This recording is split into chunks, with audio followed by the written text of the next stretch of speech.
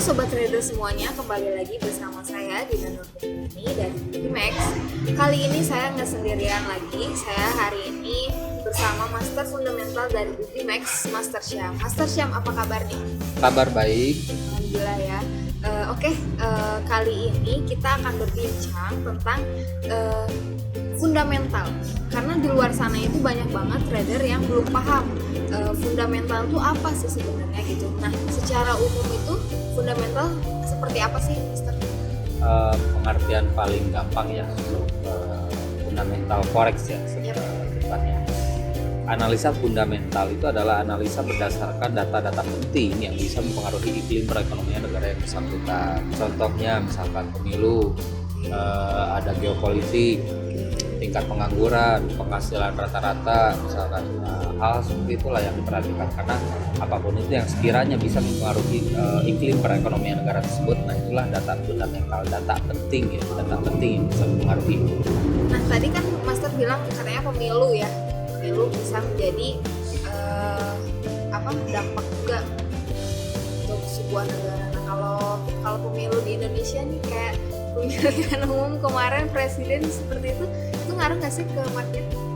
Kalau marketnya semacam saya bilang komoditas atau indeks lokal seperti itu, mungkin ada pengaruh walaupun nggak terlalu signifikan, karena secara keseluruhan sebenarnya kan perekonomiannya sudah dibaca. Nah, sedangkan kita di forex itu adalah menganalisanya marketnya market global ya, kayak mata uang dolar Amerika, atau misalkan yen Jepang, dolar Australia, New Zealand atau yang lainnya. Nah, jadi perkembangan ekonomi di Indonesia itu tidak akan terlalu berpengaruh ya ke market global, karena yang paling jadi acuan utama itu adalah dolar Amerika USD, karena dolar Amerika itu adalah mata uang global, dipakai untuk transaksi di seluruh dunia.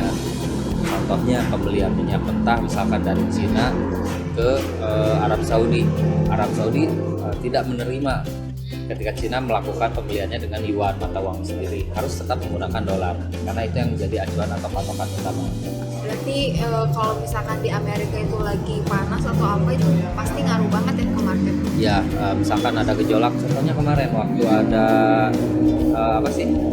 demo besar-besaran atas kematian warga kulit hitam oleh aparat kepolisian mereka, dan itu ada ya semacam demo dan dalam skala yang cukup besar. Ya, itu juga sangat sensitif dan berpengaruh ke pergerakan market, terutama ke mata uangnya, nilai dari mata uangnya seperti itu, karena kayak semacam investor atau bisnis usaha segala macam itu akan terganggu juga. Berarti trading forex itu selain kita mendapatkan nggak hanya untuk bisnis aja gitu, jadi kita tahu juga dengan perekonomian suatu negara ya, Mas ya? Betul kan, karena kalau buat saya paling senang sih untuk ngulik-ngulik fundamental ini, karena menambah wawasan saya juga tentang perkembangan ekonomi global atau perkembangan politik global atau perkembangan dunia global lah. Itu akan sangat banyak wawasan yang saya dapatkan ketika saya membaca-baca data-data fundamental. Nah, dalam trading forex itu kan ada analisa teknikal, ada analisa fundamental juga. Nah, kapan sih kita harus menggunakan analisa teknikal ataupun fundamental? Nah, gimana? Analisa teknikal dan fundamental. Sebetulnya kalau menurut saya pribadi, analisa teknikal dan fundamental itu adalah satu paket ya, nggak bisa dipisahkan sebenarnya. Saran saya jangan terlalu fanatik ke analisa teknikal aja ataupun analisa fundamental aja, tapi dua-duanya kita pertimbangkan, karena dua-duanya juga akan saling membutuhkan. Nah, contohnya gini, menurut data-data fundamental yang saya kumpulkan, prospek dari dolar Amerika itu akan menguat naik, otomatis seorang pedagang atau trader ya, dia akan mencari peluang buy-nya. Nah, mencari peluang buy-nya otomatis kita akan masuk ke teknikal juga. Kenapa? Karena kita akan menentukan level yang cukup presisi dibilang atau cukup low risk lah. Itu kan kita bisa masuk menggunakan teknikal. Contohnya trennya naik gitu kan untuk mata uang dolar, dan saya mau mencari peluang buy-nya, karena menurut data fundamental akan ada potensi penerusan kenaikannya. Nah, Cuman yang jadi masalah kapan saya harus ambil posisi buy-nya. Nah, buy-nya kan kita bisa oh iya trennya naik.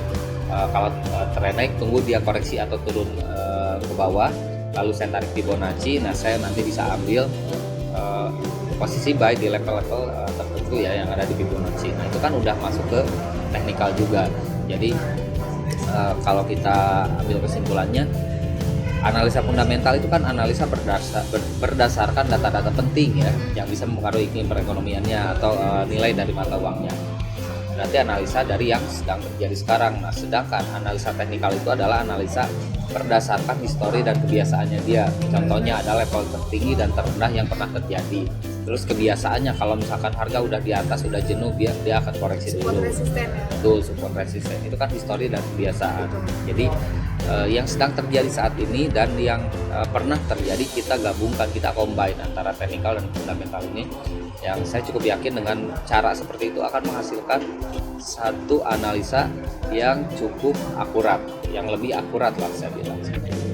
Berarti analisa fundamental dan teknikal itu sangat berkesinambungan ya Mas? Betul, kedua hal itu akan sangat saling melengkapi dan kalau saya pribadi saya tidak bisa hanya mengandalkan teknikal aja ataupun hanya mengandalkan fundamental aja, dua-duanya harus kita pakai. Nah, apa aja sih yang kalau misalkan news itu kan news ya dipanggilnya kalau ada fundamental itu apa aja sih yang berpengaruh besar gitu dampaknya untuk ke market? News apa aja sih? Yang paling umum ya, yang paling umum untuk teman-teman minimal teman-teman tahu news atau rilis data yang sangat berpengaruh atau berdampak tinggi ke pergerakan market di forex ini adalah contohnya salah satunya NFP, Itu apa? non farm employment change. Nah itu di situ juga sebenarnya ada data-data lain yang dirilis ya bersamaan, contohnya kayak pendapatan rata-rata per jam di Amerika, terus tingkat pengangguran di Amerika, terus apa sih industri atau sektor di luar pertanian ya kayak contohnya industri ataupun retail atau yang lainnya. Nah, itu data-data dari Amerika yang sering dijadikan untuk acuan. Terus ada juga yang namanya FOMC atau biasa juga itu isinya sebenarnya lebih ke tentang suku bunga. Terus ada apa lagi ya, kalau yang di kalender ekonomi ya, contohnya ada speak mungkin yang biasanya pidato atau speak dari kepala negara atau kepala bank sentral. Nah itu biasanya akan berdampak tinggi. Kalau di kalender ekonomi kita bisa lihat warnanya itu merah yang mengartikan bahwa newsnya itu dampaknya tinggi ke pergerakan market ini. Nah, tips untuk trader pemula nih yang pengen belajar tentang fundamental itu apa aja sih yang harus diperlukan dan gimana cara mempelajarinya? Simple sih, kalau misalkan untuk teman-teman yang mau belajar fundamental sebenarnya banyak baca aja dulu. Oke, banyak baca. Tapi ya baca yang memang ada hubungannya dengan market ya, artikel ekonomi betul. Dan nggak harus selalu mengandalkan yang ada di website. Cuman untuk saat ini kan dunianya emang udah era digital ya, mungkin semua sudah serba online. Banyak situs atau website yang bisa kita gunakan untuk cari-cari informasi. Salah satunya ada kayak CNBC, Bloomberg atau FX Street atau yang lainnya, atau yang paling umum digunakan itu adalah Forex Factory. Di situ sudah lengkap, sudah ada kalender ekonomi, sudah ada artikel-artikel tentang hal-hal yang sedang terjadi dan yang lainnya juga. Nah, gimana sih Master, coba jelasin dong buat para trader pemula nih untuk menggunakan Forex Factory itu gimana sih cara bacanya? Simple sih sebenarnya untuk cara bacanya. Nah di sini coba saya jelaskan di grafiknya ya. Yang pertama saya lakukan adalah saya cek dulu setup dari jamnya, pastikan sesuai dengan time zone-nya masing-masing, karena di sini saya time zone-nya waktu Indonesia Barat, jadi saya pakai GMT plus 7 ya. Nah, di sini. Kalau belum atau kalau mau dicek boleh langsung ke sini karena ini pun kayaknya belum sama. Jadi time option ya time zone-nya. Time zone-nya dicari di situ ya. Betul, kita cek dulu sesuai nggak dengan time zone kita masing-masing. Di sini saya menggunakan time zone waktu Indonesia Barat. Nah, ketika saya udah klik di situ nanti muncul seperti ini tampilannya ya. pastikan settingannya sesuai dengan time zone-nya teman-teman masing-masing. Di sini memang kalau kita lihat sudah sesuai jam 7 atau time zone di Jakarta ya, atau sejajar dengan Hanoi dan atau Bangkok.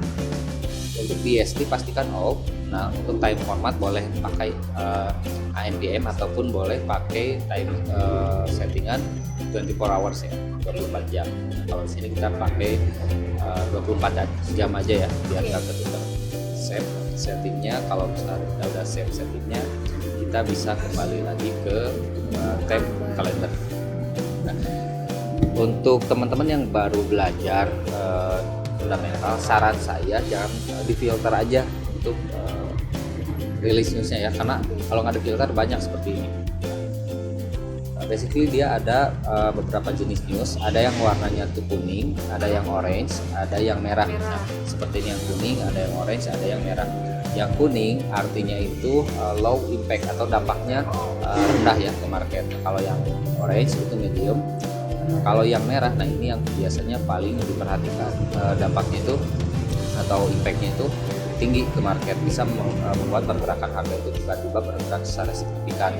Nah, saran saya difilter aja, kita ambil dulu yang merah-merahnya. Nah, caranya seperti ini. Oh iya, satu lagi, ada yang warnanya abu-abu. Warnanya abu-abu itu menandakan bahwa bank nasionalnya libur, holiday. Itu cuman bank doang ya mungkin? Iya, bank. Kita uncheck aja kayak gini, lalu apply filter, nanti akan otomatis terfilter. Nah, di sini yang adanya cuma warna merah aja. Jadi kita bisa tahu ya mungkin kenapa sih harga tiba-tiba melonjak gitu atau turun drastis. Mungkin dari efek dari fundamentalnya ini juga mungkin ya, ini. Dari efek dari rilisnya. Buat teman-teman sebenarnya kalau yang masih bingung, masih belum benar-benar paham, minimal tahu aja jadwalnya ya. Jadwalnya jam sekian hari ini mata uang apa ada rilis news. Kalau yang belum paham dan masih takut misalnya masuk ketika ada momen seperti itu, minimal kita hindari atau tidak melakukan transaksi ketika di jam perilisan tersebut. Nah, di sini kalau kita lihat yang udah lewat ya, ini hari kemarin ya, hari Selasa Juni tanggal 16 2020, ada jam 1 malam US dollar, impactnya merah karena kita udah filter juga. Lalu di sini ada Fed announcement, artinya pengumuman. Itu sebenarnya pengumuman dari Fed dan kemarin memang udah keluar, yang mana itu adalah pengumuman bahwa dari Fed bahwa akan ada pembelian obligasi yang lebih agresif. Yang katanya sih, bukan katanya tapi wacananya menurut mereka itu adalah salah satu langkah untuk pemulihan ekonomi pasca pandemi corona kemarin. Hasilnya itu ternyata bisa dikatakan mungkin positif ya hasilnya, tapi para pelaku pasar melihatnya itu sebagai hal yang negatif. Kenapa?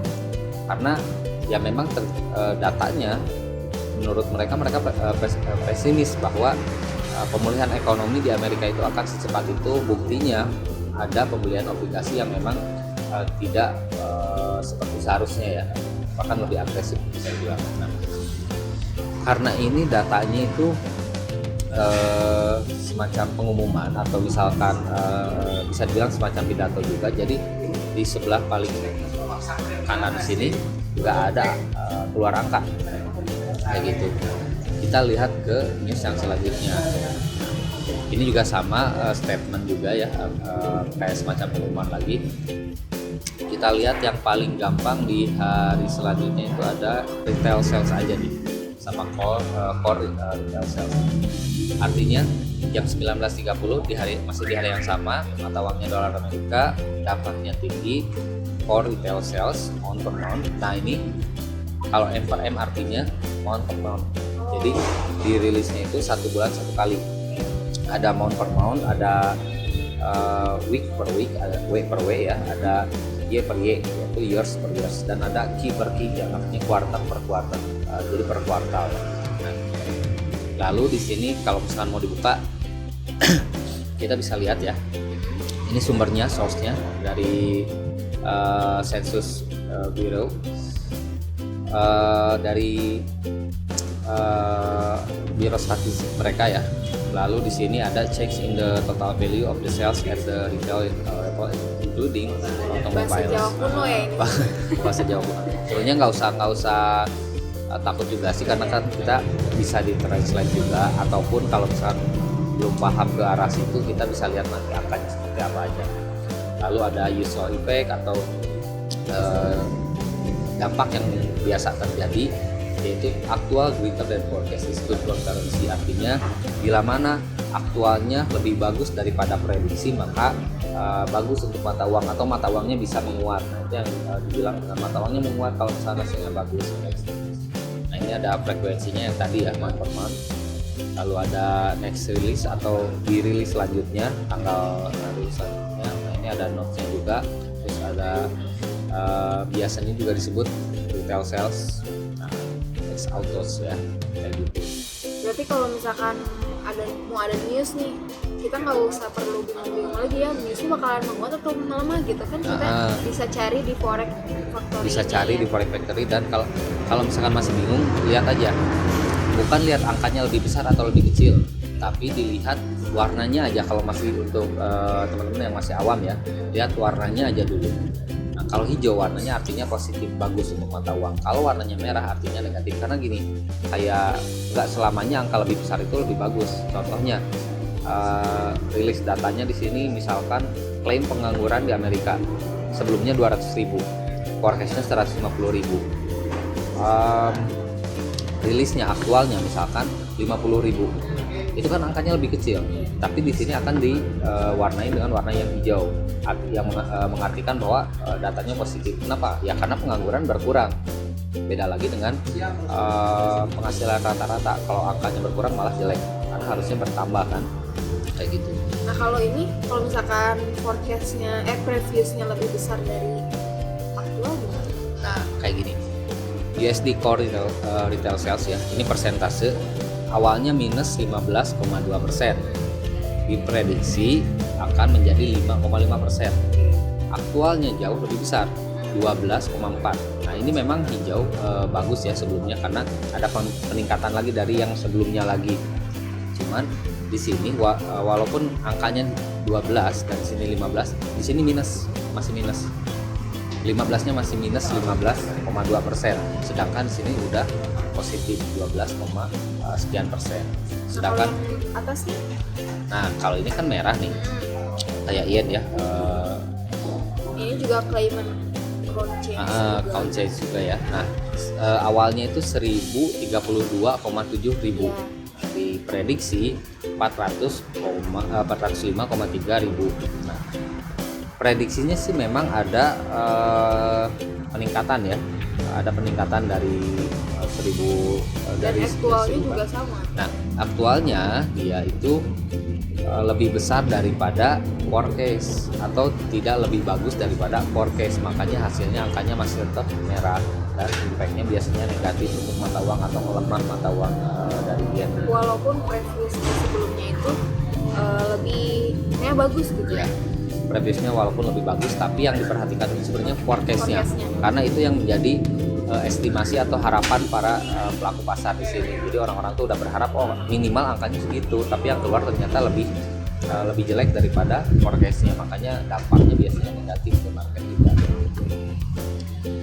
Atau ada yang paling gampang, nah ini kalau ini official bank ya, rates ya, pada hari Kamis tanggal 18, berarti besok mungkin ya kalau dari hari sekarang. Nah ini suku bunga. Nah kalau suku bunga biasanya kalau turun itu negatif. Kalau suku bunga, contohnya untuk GBP atau untuk Inggris sendiri ya, sekarang mata uangnya itu adalah suku bunganya itu adalah 0,10%. Diprediksi tidak akan ada perubahan.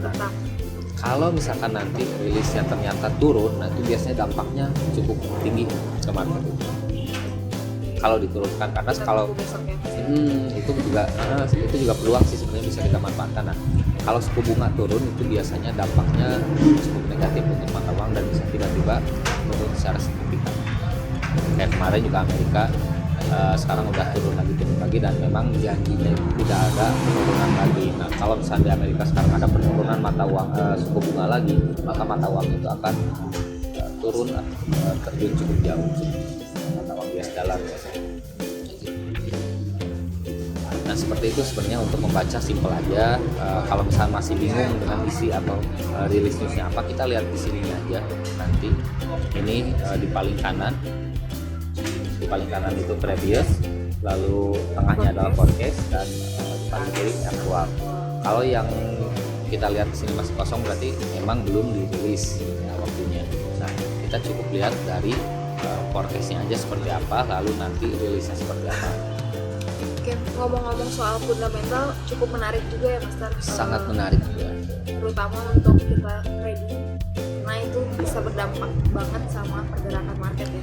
Nah, tipsnya dong Master terakhir nih buat teman-teman trader pemula di luar sana yang pengen belajar trading forex menggunakan fundamental, gimana nih caranya? Tipsnya ya yang paling pertama simple banget sih sebenarnya. Banyak-banyak membaca atau mencari referensi ya, sumber-sumber berita, tapi dari source yang atau dari sumber yang kredibel, dari sumber-sumber yang memang bisa dipercaya ya.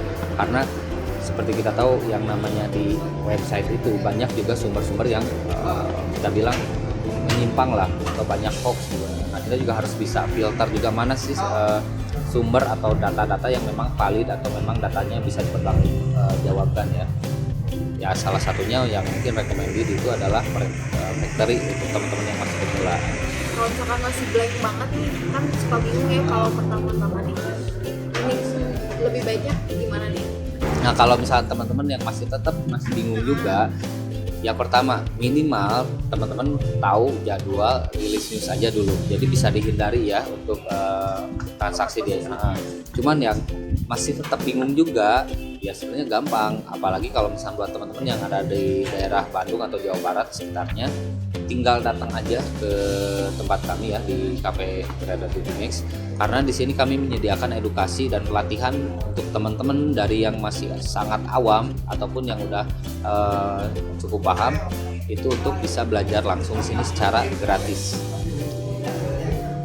Berarti nanti kita di sini bareng-bareng ya belajar. Betul, kita bisa belajar bareng atau mau belajar secara privat juga itu bisa, silahkan. Kami akan buka kelas-kelasnya seperti itu, jadi tinggal datang aja ke sini. Jadi lebih mudah juga ya kalau belajar bareng-bareng, lebih privat juga. Betul, jadi lebih efektif lah. Lebih efektif seperti itu daripada kita ngulik sendiri gitu di internet.